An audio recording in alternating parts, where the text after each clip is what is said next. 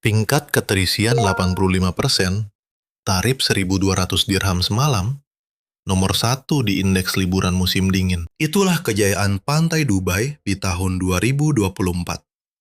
Pada akhir Maret 2026, resor mewah di Palem hanya terisi 16%. Pemesanan olahraga air unlock 85%. 15.000 pekerja wisata dirumahkan. Turis Inggris merosot 82%.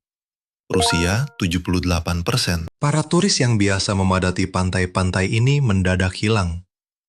Setiap resor kosong, dan trotoar yang sunyi bermuara pada satu tanggal krusial. Kejadian itu tidak hanya menghancurkan satu musim liburan, melainkan meruntuhkan fondasi rasa aman yang menyokong seluruh model bisnis pariwisata mereka. Kebangkitan imperium wisata Pantai Dubai ini sebenarnya bermula dari satu ikon yang sangat mencolok. Pada tahun 2002, Jumeirah Beach Hotel mulai beroperasi dengan siluet berbentuk ombak yang langsung menjadi simbol ambisi besar kota ini. Memiliki 617 kamar, pantai pribadi, dan jaminan matahari sepanjang tahun, hotel ini menetapkan standar baru kemewahan di Teluk. Nora Al-Suwaidi, yang berada di lobi pada pagi pertama itu, masih mengingat jelas momen bersejarah tersebut. Kami tahu kami sudah membangun sesuatu yang belum pernah dilihat dunia sebelumnya. Ini bukan sekadar hotel, melainkan sebuah pernyataan. Ambisi mereka terus membumbung. Pada November 2008, Atlantis The Palm dibuka di pulau buatan raksasa yang dirancang khusus demi memukau dunia. Dilengkapi 1.539 kamar, taman air raksasa, serta akuarium megah yang memikat anak-anak dari seantero Eropa dan Timur Tengah. Atlantis dirancang khusus untuk memikat keluarga kaya dan turis berkantong tebal dari Rusia, Jerman, Inggris, serta negara-negara teluk lainnya. Malam pembukaan yang bertabur kembang api dan selebritas dunia itu menegaskan posisi Dubai sebagai pesaing utama pasar liburan pantai keluarga global. Bagi banyak orang, Atlantis menawarkan sensasi pertama bertukar musim dingin dengan kolam hangat dan pantai pribadi. Bahkan di tengah bulan Januari yang membekukan. Memasuki dekade berikutnya, hasrat Dubai untuk terus bersolek kini tidak lagi terbatas pada pembangunan hotel-hotel megah saja. Klub pantai global pertamanya, Nikki Beach, dibuka pada 2010 di Pearl Jumeirah, membawa kultur pesta glamor khas Saint-Tropez dan Miami. Di tempat ini, ranjang jemur berjejer di sepanjang pasir, dan disc joki internasional menghibur para ekspatriat dari London, Moskwa, hingga Riyadh. Klub pantai seperti Barasti dan Zero Gravity segera menyusul, memadati lini masa media sosial dengan pesta senja dan makan siang mewah tanpa henti. Tempat-tempat ini tidak sekedar melayani turis, mainkan menciptakan kultur pesisir baru yang memikat keluarga di siang hari dan anak muda saat malam tiba. Setiap peresmian memperkuat pilar identitas pantai mewah kota ini. Hasilnya adalah bentang pesisir yang dirancang matang demi daya tarik maksimal. Keluarga dari London dan Moskwa memesan tiket liburan berbulan-bulan sebelumnya. Tamu-tamu dari negara Teluk datang berbondong-bondong merayakan Hari Raya Idul Fitri. Para pemengaruh dan selebritas berdatangan sepanjang musim liburan. Pada 2015, resor pantai kota ini telah menjelma menjadi tolok ukur global. Nama-nama besar seperti Jumeirah, Atlantis, dan Nikki Beach langsung diidentikan dengan jaminan keamanan, sinar matahari, serta kemewahan tanpa celah. Semua ini dibangun atas keyakinan bahwa Pantai Dubai kebal terhadap krisis global. Tapi mari kita selidiki bagaimana keyakinan itu runtuh seketika. Saat puncak kejayaan pariwisatanya, data menunjukkan permintaan yang luar biasa. Di tahun 2019, tingkat hunian hotel mencapai 85%. Rekor yang tak tertandingi oleh destinasi manapun. Tarif rata-rata kamar pantai mewah terus merangkak naik, melampaui 1.200 dirham pada 2024, atau di atas $320 Amerika Serikat semalam, menjadikan garis pantai Dubai sebagai salah satu hamparan pasir termahal di seluruh dunia. Ini bukan sekedar kamar hotel, melainkan janji keamanan dan kenyamanan sempurna yang laku keras dipesan turis kaya dari London, Moskwa, hingga Riyadh jauh-jauh hari. Dominasi kota ini jelas bukan sekadar bualan pemasaran. Kota ini menempati peringkat teratas dalam indeks liburan musim dingin Inggris tahun 2019, mengalahkan Kepulauan Kanari, Miami, hingga Mangadewa. Keluarga asal Inggris menyumbang sekitar 28% dari total tamu resor pantai, terpikat penerbangan langsung dan jaminan ketertiban yang ketat. Turis Rusia yang awalnya sedikit melonjak hingga hampir seperempat total kunjungan sebelum sanksi keuangan membayangi, mendominasi kamar mewah Atlantis dan Nikki Beach. Pengunjung dari negara Teluk yang mencari privasi dan kemewahan jarak dekat menyumbang 20% sisanya, terutama selama liburan Idul Fitri. Wisatawan Jerman, Skandinavia, Cina, serta India melengkapi daftar tersebut. Masing-masing dibidik lewat promosi khusus dan kemudahan visa kedatangan. Sektor perhotelan terus berekspansi demi memuaskan pasar ini. Pada 2025, Dubai menyediakan hampir 160.000 kamar, dengan 70% diantaranya kelas premium. Sebagian besar berpusat di Palm Jumeirah dan Jumeirah Beach, dengan tingkat keterisian hotel mewah tetap stabil di angka 80%, bahkan saat sepi pengunjung. Pendapatan per kamar yang tersedia melonjak 11% dibanding tahun sebelumnya, disokong penuh oleh properti tepi pantai. Agen perjalanan menjual paket keluarga, bersih tiket harian, wahana air, hingga pondok pantai privat yang laku keras sebelum musim dingin tiba. Pemesanan ski air hingga parasailing pun selalu penuh. Klub pantai mencatatkan rekor penjualan terbesar dengan meja akhir pekan ludes dipesan berminggu-minggu sebelumnya. Nora Al-Swaidi dari Jumeirah Group mengingat jelas betapa kuatnya rasa tak terkalahkan saat itu. Kami memiliki daftar tunggu panjang setiap libur sekolah. Banyak keluarga yang memesan villa yang sama persis tahun demi tahun. Berlibur ke pantai Dubai seolah telah menjadi ritual wajib bagi jutaan orang. Semua data menunjukkan model bisnis yang didasarkan pada stabilitas dan kepercayaan tinggi. Pantai di kota ini tidak hanya ramai, melainkan telah menjadi tolok ukur utama kemewahan keluarga. Keberhasilan mereka diukur bukan hanya dari angka keterisian kamar, melainkan dari keyakinan mutlak bahwa tidak akan ada yang mampu mengganggu ketenangan surga Teluk ini. Namun pada pagi hari tanggal 28 Februari 2026, rasa aman semu itu runtuh dalam hitungan jam. Berita serangan udara Amerika Serikat dan Israel ke situs militer Iran menyebar, langsung menyeret seluruh kawasan Teluk ke dalam ketidakpastian mendalam. Mari kita lihat efek instannya. Di Dubai, para keluarga menyaksikan kepanikan saat rudal pencegat melesat membelah langit langsung dari balkon hotel mereka. Beberapa laporan bahkan menunjukkan kepulan asap terlihat jelas membubung di atas Palm Jumeirah dan dekat Burj Al Arab. Rashid Al-Mazrui, seorang manajer resort berpengalaman, mengungkapkannya dengan gamblang. Kepanikan begitu terasa di lobi. Telepon berdering tanpa henti.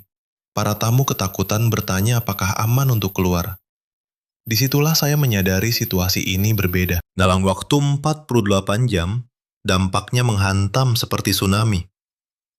Maskapai memangkas kapasitas hingga 15% untuk rute dari London, Frankfurt, dan Moskwa, beralasan karena risiko operasional dan rumitnya asuransi. British Airways, Emirates, dan Lufthansa terpaksa menawarkan jadwal ulang atau pengembalian dana. Sementara peringatan perjalanan resmi memperingatkan bahaya yang meningkat di seluruh Teluk. Sektor asuransi bergerak sama cepatnya. Penyedia raksasa seperti Allianz dan AIG mulai menerapkan klausul pengecualian baru untuk wilayah konflik. Akibatnya, banyak keluarga tanpa perlindungan untuk pembatalan atau darurat medis jika nekat ke Dubai. Bagi sebagian besar orang, risiko ini kini tidak bisa diasuransikan. Agen wisata di Eropa dan GCC membatalkan paket pantai secara massal. Biro Perjalanan Inggris menghentikan semua keberangkatan untuk Maret dan April. Kebijakan ini melenyapkan puluhan ribu pesanan dalam semalam. Media sosial dipenuhi foto-foto counter check-in yang kosong di Bandara Internasional Dubai dan lobi resort yang sunyi. Survei cepat dari Asosiasi Perjalanan Jerman mengungkap bahwa 65% wisatawan musim dingin kini menganggap Dubai tidak aman untuk liburan keluarga. Golongan paling rentan, yaitu keluarga dengan anak kecil, menjadi yang pertama membatalkan rencana.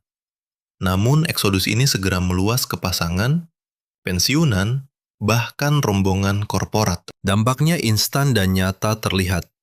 Keramaian di pantai-pantai Dubai langsung meredup seiring hilangnya jadwal penerbangan dari papan keberangkatan bandara. Hotel-hotel di tepi pantai berjuang keras mengisi kamar mereka.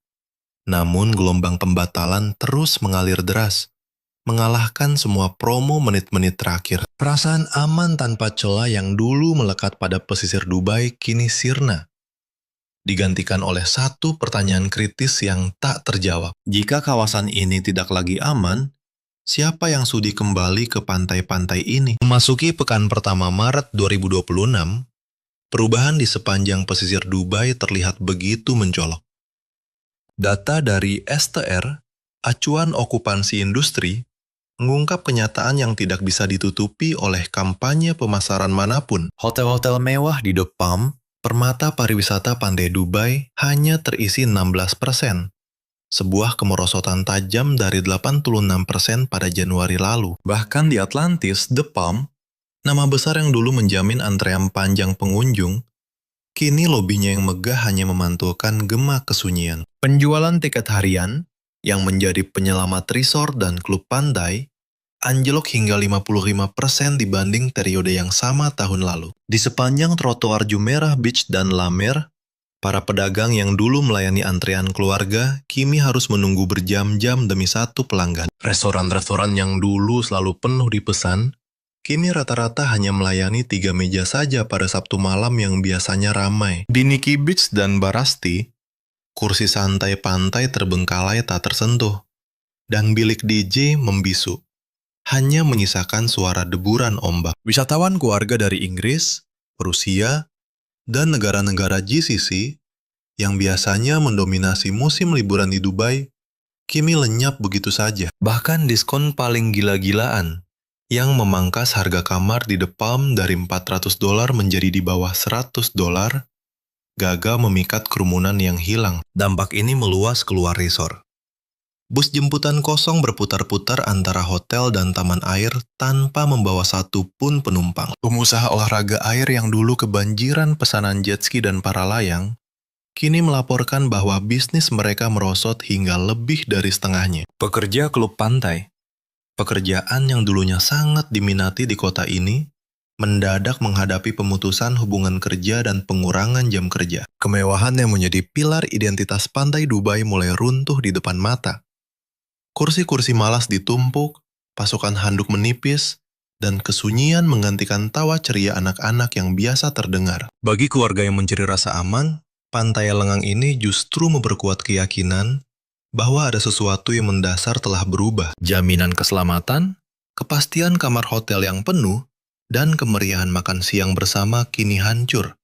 Pertanyaannya bukan lagi kapan turis akan kembali, melainkan apakah mereka akan pernah kembali. Keruntuhan pariwisata pantai Dubai ini paling nyata diukur dari angka-angka yang sebelumnya dianggap mustahil terjadi. Dalam sebulan setelah serangan tanggal 28 Februari, kedatangan wisatawan pantai internasional anjlok hingga 70%. Kerumunan pengunjung yang memadati Jumeirah Beach dan Palm Jumeirah sepanjang musim dingin menghilang nyaris dalam semalam. Para pelaku usaha olahraga air yang biasanya melayani pesanan jet ski tanpa jeda, kini melaporkan penurunan bisnis hingga 85%. Sekolah selancar layang yang dulu meramaikan sepanjang Kite Beach, kini terpaksa gulung tikar. Pedagang lamer yang bergantung pada pengunjung harian, kini menghadapi trotoar sepi dan mesin kasir yang membisu.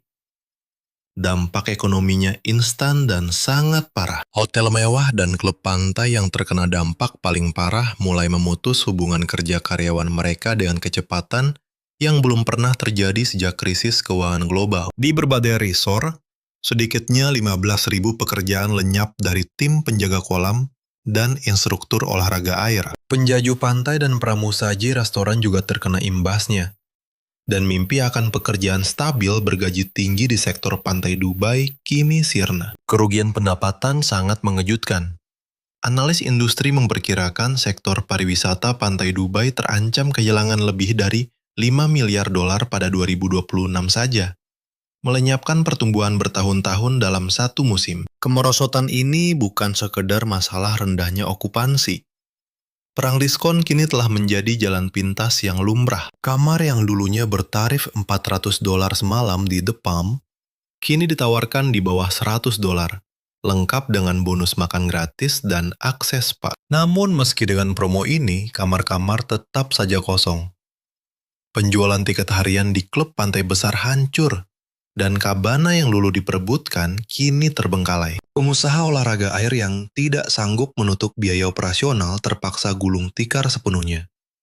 Laila Rahman, pengamat data perhotelan dari lembaga konsultan terkemuka, menjabarkan skala krisis ini. Kita belum pernah melihat penurunan turis 70% atau kemerosotan aktivitas pantai 85%, bahkan saat COVID.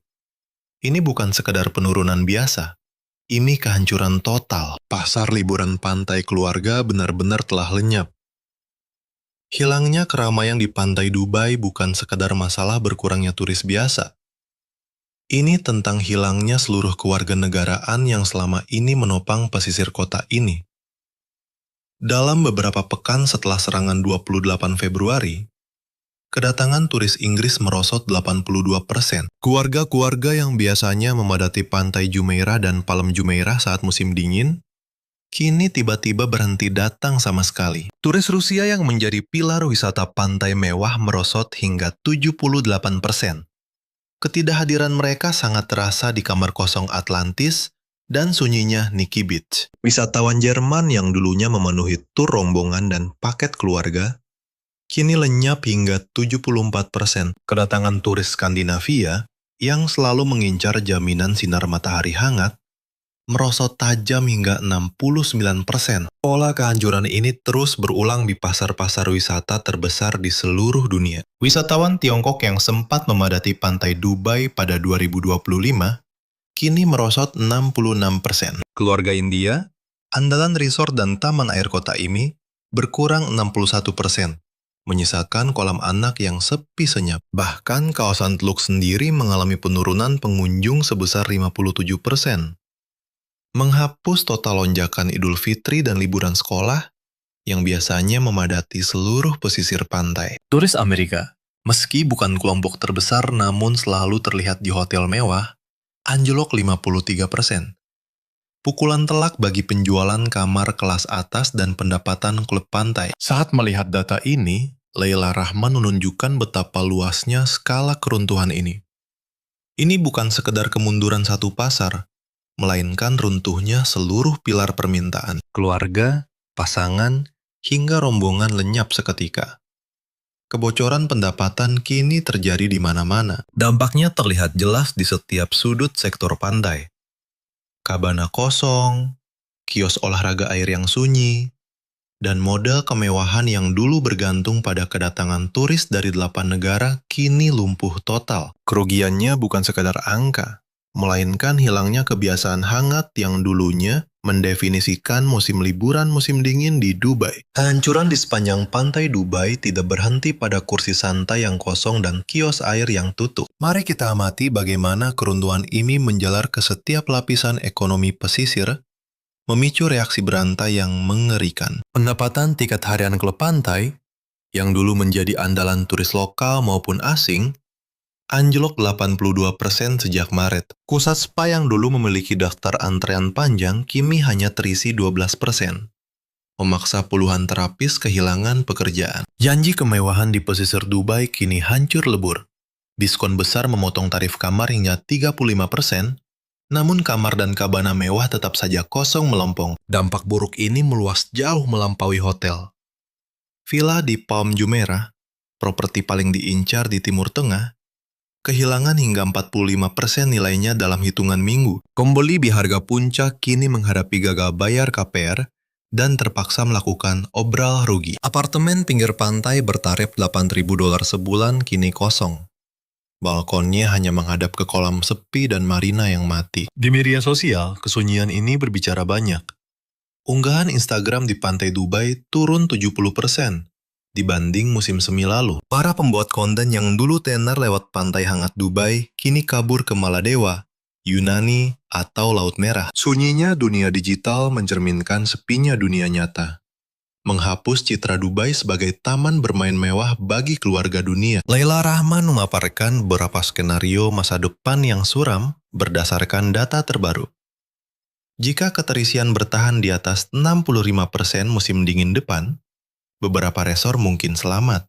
Tapi itu tampaknya mustahil. Angka-angka saat ini justru menunjukkan keterisian mendekati 30%. Hampir tidak cukup untuk sekedar bertahan operasional. Jika turun di bawah 15%, kita sedang membicarakan penutupan massal, kebangkrutan, dan hilangnya identitas pantai Dubai selamanya. Kerusakan nyata sudah jelas di depan mata. Pertanyaan krusialnya adalah, apakah model pariwisata pantai kota ini bisa bangkit dari kehancuran yang tidak hanya dipicu oleh ekonomi, tetapi juga runtuhnya rasa aman yang dulu tampak mustahil digoyahkan. Saat ini, keluarga yang dulu meramaikan pantai Dubai telah sirna, sementara keterisian hotel merosot mendekati rekor terendah. Dalam wisata pantai, rasa aman adalah segalanya. Sekali hilang, kepercayaan sulit untuk kembali. Penurunan tajam dalam pemesanan internasional, olahraga air, serta standar kemewahan mengisyaratkan hal yang jauh lebih buruk daripada jeda sementara. Ini adalah titik kehancuran. Ketika persepsi publik hancur, era liburan pantai keluarga di Dubai bisa saja berakhir selamanya. Tulis pendapat Anda di bawah. Bagaimana cara kita membangun kembali kepercayaan?